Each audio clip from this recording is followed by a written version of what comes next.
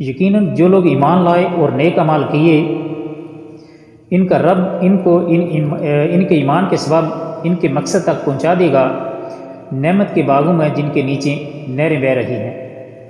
ان کے منہ سے یہ بات نکلے گی سبحان اللہ، اور ان کا باہمی سلام ہوگا السلام علیکم، اور ان کی آخر بات یہ ہوگی تمام تعریف اللہ کے لیے ہے جو سارے جہان کا رب ہے۔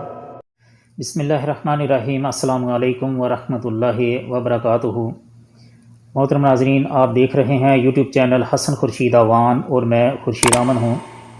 آئیے قرآن پڑھیں کے سلسلے میں میری آج کی ویڈیو کا موضوع ہے، یعنی آج کا سبق ہے، آج کا درس ہے سورۃ یونس کی آیت نمبر 1 سے آیت نمبر 10 تک کا ترجمہ اور تفسیر مختصراً۔ یہ ترجمہ اور تفسیر جو بیان کیا جاتا ہے یہ تفسیر احسن البیان سے لیا جاتا ہے۔ تفسیر احسن البیان کے مفسر ہیں شیخ صلاح الدین یوسف رحمۃ اللہ علیہ، اللہ تعالیٰ ان کو کروڑ کروڑ جنت الفردوس میں اعلیٰ مقام عطا فرمائے۔ اللہ تعالیٰ ان کی قبر کو جنت کے باغوں میں سے ایک باغ بنائے۔ اللہ تعالیٰ ان کی قبر کو نور سے بھر دے۔ بہت ہی بہترین اور مختصر یہ تفسیر ہے۔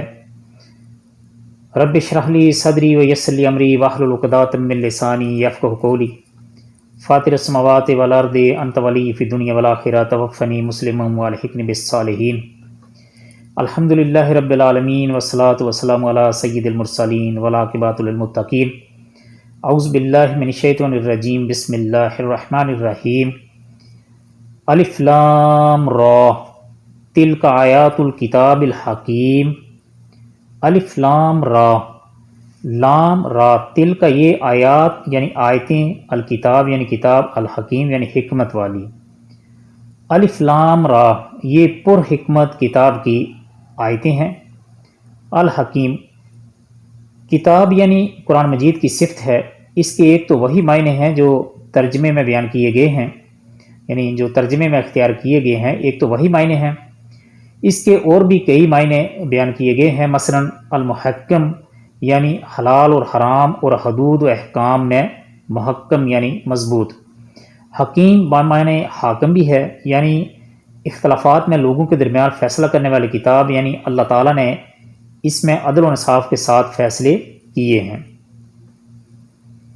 اکان للناس عجبا ان اوحینا الی رجل منہم ان انذر الناس وبشر الذین آمنوا ان لهم قدم صدق عند ربهم قال الکافرون ان ھذا لساحر مبین۔ اکانا کیا ہوا، للناس لوگوں کو، عجبا یعنی تعجب، ان کے اوحینا ہم نے وحی بھیجی۔ کیا ان لوگوں کو اس بات سے تعجب ہوا کہ ہم نے ان میں سے ایک شخص کے پاس وحی بھیجی کہ سب آدمیوں کو ڈرائیے اور جو ایمان لے آئے ان کو یہ خوشخبری سنائیے کہ ان کے رب کے پاس ان کو پورا پورا اجر و مرتبہ ملے گا۔ کافروں نے کہا کہ یہ شخص تو بلا شبہ صریح جادوگر ہے۔ استفہام و انکار و تعجب کے لیے ہے، جس میں توبیخ کا پہلو بھی شامل ہے، یعنی اس بات پر تعجب نہیں ہونا چاہیے کہ اللہ تعالیٰ نے انسانوں میں سے ہی ایک آدمی کو وحی و رسالت دے کر کیوں چن لیا ہے، کیونکہ ان کے ہم جنس ہونے کی وجہ سے وہ صحیح معنوں میں انسان کی رہنمائی کر سکتا ہے۔ اگر وہ کسی اور جنس سے ہوتا تو فرشتہ یا جن ہوتا، اور وہ دونوں ہی صورتوں میں رسالت کا اصل مقصد فوت ہو جاتا، اس لیے کہ انسان اس سے مانوس ہونے کی بجائے وحشت محسوس کرتا، دوسرے ان کے لیے ان کو دیکھنا بھی ممکن نہ ہوتا، اور اگر ہم کسی جن یا فرشتے کا انسانی کالم میں بیچتے تو پھر وہی اعتراض آتا کہ یہ تو ہماری طرح کا ہی انسان ہے۔ اس لیے ان کے اس تعجب میں کوئی معقولیت نہیں ہے۔ قدم صدق ان کا مطلب بلند و مرتبہ، اجر و حسن اور وہ اعمال صالح ہیں جو ایک مومن آگے بیچتا ہے۔ کافروں کو جب انکار کے لیے بات نہیں سوچتی تو یہ کہہ کر چھٹکارا حاصل کر لیتے ہیں کہ یہ تو جادوگر ہے، نعوذ باللہ من ذالک۔ ان ربکم اللہ الذی خلق السماوات والارض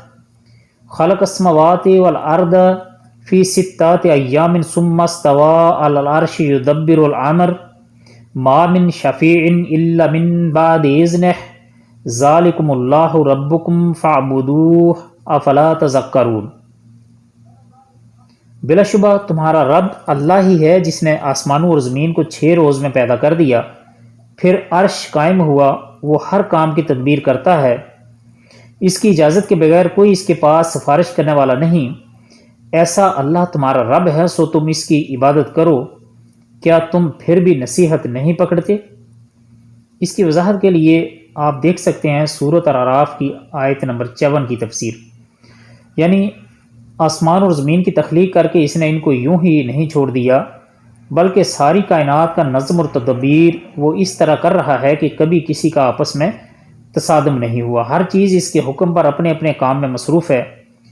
مشرکین و کفار جو اصل مخاطب تھے، ان کا عقیدہ تھا کہ یہ بت جن کی وہ عبادت کرتے تھے اللہ کے ہاں ان کی شفاعت کریں گے اور ان کو اللہ کے عذاب سے چھڑوائیں گے۔ اللہ تعالیٰ نے فرمایا وہاں اللہ کی اجازت کے بغیر کسی کو سفارش کرنے کی اجازت نہیں ہوگی، اور یہ اجازت بھی صرف انہیں لوگوں کے لیے ہوگی جن کے لیے اللہ تعالیٰ پسند فرمائے گا۔ یعنی جو دنیا میں توحید والے ہیں اور اللہ اور اللہ کے نبی صلی اللہ علیہ وسلم سے محبت رکھتے ہیں، مواحد ہیں، اپنے کسی بھی اپنے عبادات میں، قربانی میں، نماز میں، خشوع خضوع میں، دعا میں، کسی بھی کام میں، کسی بھی معاملے میں جو روحانی معاملات ہیں ان میں کسی غیر اللہ کو شریک نہیں بناتے، بلکہ صرف اپنے معاملات کو اور اللہ کی طرف ہی، اللہ اور اللہ کے نبی صلی اللہ علیہ وسلم کی طرف ہی منسوب کرتے ہیں۔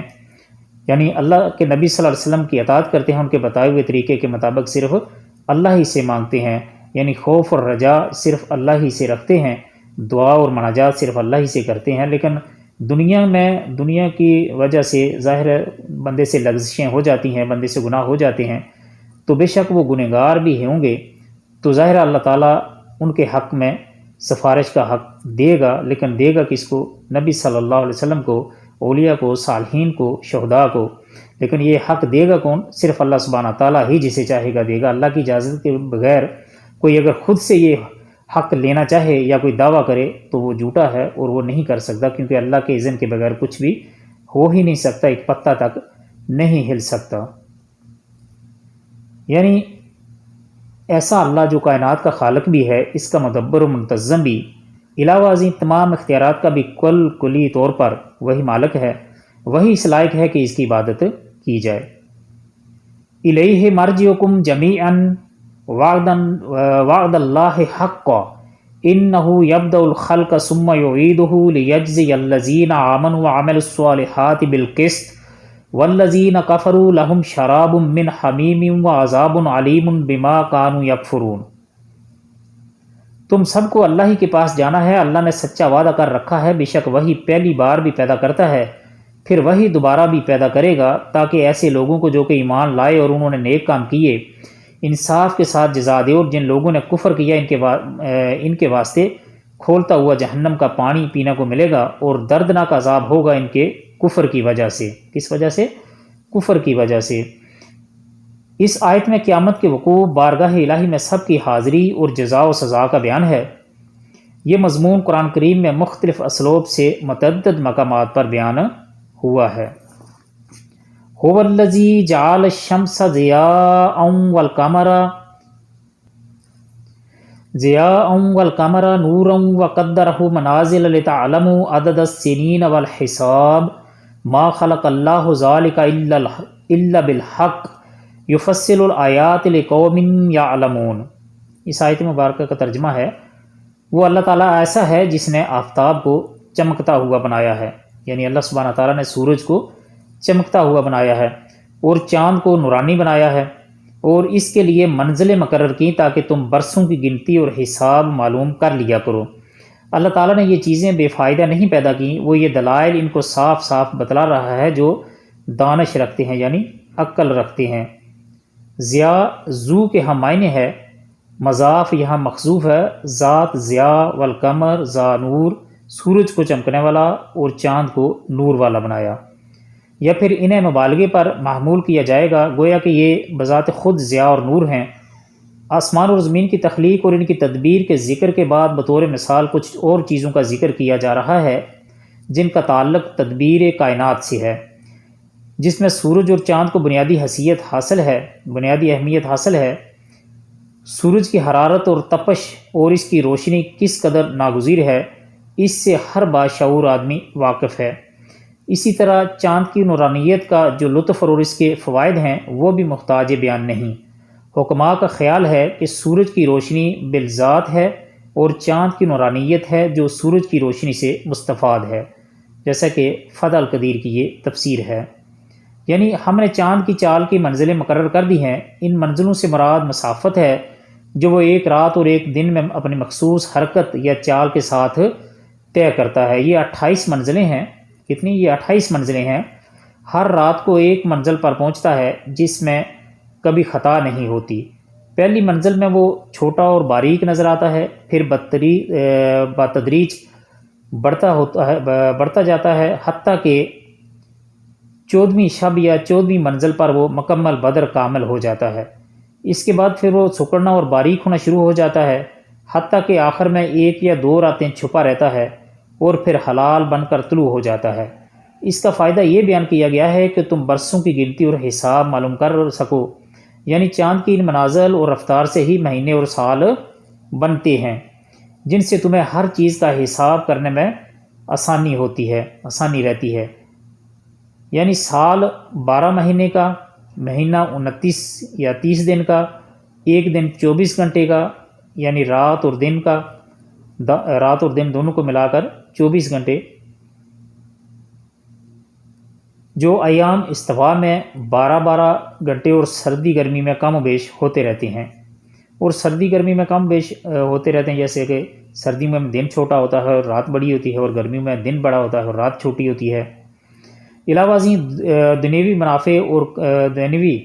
منافع اور کاروبار ہی منازل و قمر سے وابستہ نہیں، دینی منافع بھی حاصل ہوتے ہیں۔ یعنی دنیا کے جو نفع نقصان ہیں اور کاروبار وغیرہ ہیں وہی ان چیزوں سے وابستہ نہیں، بلکہ دینی فوائد بھی ان سے حاصل ہوتے ہیں۔ اس طلوع بلال سے حج، صیام رمضان، اشہر حرم اور دیگر عبادات کی تعین ہوتی ہے جن کا اہتمام ایک مومن کرتا ہے۔ ان فی اختلاف اللیل والنہار وما خلق اللہ فی السماوات والارض لآیۃ لقوم یتقون۔ بلا شبہ رات اور دن کے یک کے بعد دیگرے آنے میں اور اللہ تعالیٰ نے جو کچھ آسمانوں اور زمین میں پیدا کیا ہے ان سب میں ان لوگوں کے واسطے دلائل ہیں جو اللہ کا ڈر رکھتے ہیں۔ ان الذین لا یرجون لقاءنا ورضوا بالحیاۃ الدنیا واطمأنوا بہا والذین ھم عن آیاتنا غافلون۔ جن لوگوں کو ہمارے پاس آنے کا یقین نہیں ہے اور وہ دنیاوی زندگی پر راضی ہو گئے ہیں اور اس میں جی لگا بیٹھے ہیں، اور جو لوگ ہماری آیتوں سے غافل ہیں، اولئک مأواہم النار بما کانوا یکسبون، ایسے لوگوں کا ٹھکانہ ان کے اعمال کی وجہ سے دوزخ ہے۔ ان الذین آمنوا وعملوا الصالحات یہدیہم ربہم بایمانہم تجری من تحتہم الانہار فی جنات النعیم۔ یقیناً جو لوگ ایمان لائے اور انہوں نے نیک کام کیے، ان کا رب ان کو ان کے ایمان کے سبب ان کے مقصد تک پہنچا دے گا، نعمت کے باغوں میں جن کے نیچے نہریں جاری ہیں۔ اللہم اجعلنی منہم، اللہم اجعلنی منہم، اللہم اجعلنی منہم۔ اس کے ایک دوسرے معنی یہ کیے گئے ہیں کہ دنیا میں ایمان کے سبب قیامت والے دن اللہ تعالیٰ ان کے لیے پل صراط سے گزرنا آسان فرما دے گا۔ بعد کے نزدیک یہ مدد مانگنے کے لیے ہے، اور معنی یہ ہوں گے کہ اللہ تعالیٰ قیامت والے دن ان کے لیے ایک نور مہیا فرمائے گا جس کی روشنی میں وہ چلیں گے، جیسا کہ سورۃ حدید میں اس کا ذکر آتا ہے۔ دعواہم فیہا سبحانک اللہم وتحیاتہم فیہا سلام وآخر دعواہم ان الحمد للہ رب العالمین۔ ان کے منہ سے یہ بات نکلے گی سبحان اللہ، اور ان کا باہمی سلام یہ ہوگا السلام علیکم، اور ان کی اخیر بات یہ ہوگی تمام تعریفیں اللہ کے لیے ہیں جو سارے جہان کا رب ہے۔ یعنی اہل جنت اللہ کی حمد و تسبیح میں ہر وقت تعریف کرتے رہیں گے، جس طرح حدیث شریف میں آتا ہے کہ اہل جنت کی زبانوں پر تسبیح و تحمید کا اس طرح الہام ہوگا جس طرح سانس کا الہام کیا جاتا ہے۔ یعنی جس طرح بے اختیار سانس کی آمد و رفت رہتی ہے، اسی طرح اہل جنت کی زبانوں پر بغیر اہتمام کے حمد و تسبیح الہی کے ترانے رہیں گے۔ یعنی ایک دوسرے کو اس طرح سلام کریں گے نیز فرشتے بھی انہیں سلام عرض کریں گے۔ محترم ناظرین، یہ تھی ہماری آج کی ویڈیو، آج کا سبق۔ اللہ تعالیٰ سے دعا ہے کہ اللہ تعالیٰ ہمارا پڑھنا سننا قبول عام فرمائے، قبول و مقبول فرمائے۔ اللہ تعالیٰ اس کو خالص اپنی رضا کی خاطر لکھ لے اور اس کو ہمارے لیے، ہمارے حق میں، آخرت میں ہمارے لیے توشہ بنائے۔ اللہ تعالیٰ قرآن پاک کو ہمارے سینوں کا نور، ہمارے دلوں کی بہار بنائے اور یوم قیامت ہمارے لیے سفارشی بنا کر ہمارے حق میں قرآن پاک کو کھڑا فرمائے۔ آپ سب کے قیمتی وقت کا بہت بہت شکریہ۔ اللہ تعالیٰ آپ سب کی مشکلات کو آسانی میں بدل دے۔ اللہ تعالیٰ تمام مسلمانوں کی مشکلات کو آسانی میں بدل دے۔ جتنے بھی مظلوم مسلمان ہیں ان سب کو اللہ تعالیٰ آزادیاں نصیب فرمائے۔ ملتے ہیں اگلی ایک ویڈیو میں، تب تک کے لیے اللہ حافظ۔ لیکن جانے سے پہلے ہمیشہ کی طرح آپ سے گزارش ہے کہ آپ نے اگر ابھی تک ہمارے چینل کو سبسکرائب نہیں کیا تو چینل کو سبسکرائب کر لیجئے اور گھنٹی کے بٹن کو دبا کر آل پر ضرور کلک کر لیجئے تاکہ ہر آنے والی ویڈیو اب تک بر وقت پہنچتی رہے۔ السلام علیکم ورحمۃ اللہ وبرکاتہ۔